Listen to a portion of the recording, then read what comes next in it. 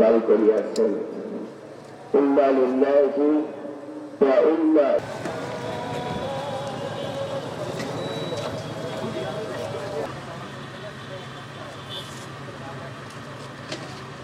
ভর্তি হয়নি তখন থেকে স্যারের সাথে আমার খুব ভালো সম্পর্ক ছিল।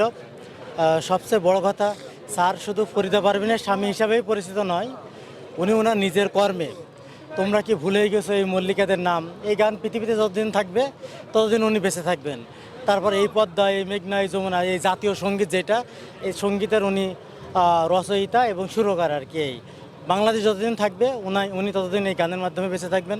শুধু তাই না, পরবর্তীতে উনি হজ করে এসে ওনার মধ্যে যে কম্পালসেশন হয়েছিল যে ইসলামের জন্য কিছু করা উচিত, তখন উনি অনেকগুলো ইসলামী বই লিখেছেন এবং সারা বাংলাদেশব্যাপী ওনার যে আলোচনা, ওনার যে ইসলামের প্রতি যে তাত্ত্বিক বই, এই ইসলাম, আমরা কেমন মুসলমান, বা এরকম অনেকগুলো বই উনি লিখেছেন, যেগুলো প্রত্যেকটা বই অনেক আলোড়ন সৃষ্টিকারী, মানুষের মাঝে খুব হৃদয় কেড়ে যায় আর কি।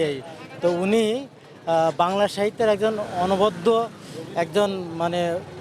একজন শিক্ষকই ছিলেন না, বরঞ্চ উনি সব দিকে, অর্থাৎ ইসলামের বিভিন্ন সেক্টরে উনি যে ভালো অবদান রেখে গিয়েছেন, এই জন্য এই জাতি পৃথিবীর বাংলাদেশের মানুষ না, শুধু পৃথিবীর মানুষ ওনাকে সারা জীবন স্মরণ করবে আর কি।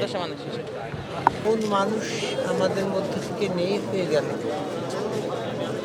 যে স্বপ্ন লোকেও ভাবায়, কিন্তু যেতেই হবে, এটাই বিধান আল্লাহ পাকের। কিন্তু তার কর্মতে টিকে থাকবে, বেঁচে থাকবে। তিনি যা করে গেছেন, শেষ অবধি যা করেছেন, তা সব থেকে ভালোর পক্ষে। অতএব জাফর ভাই আমার বড় ভাইয়ের মতো, আমার ভাইয়ের বন্ধু, আমার 3 নম্বর ভাইয়ের বন্ধু ছিলেন। সেটাই বড় কথা না, এক জেলার মানুষ, এক জায়গার মানুষ, খুব ছোটো থেকে দেখেছি, ভালো লেগেছে, ভালোবেসেছি, শ্রদ্ধা করেছি।